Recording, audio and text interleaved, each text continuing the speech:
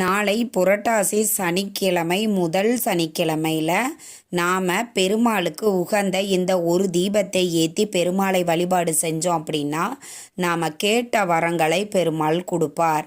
சரி, என்ன தீபம் ஏற்றணும் அப்படின்னா மாவிளக்கு தீபம்.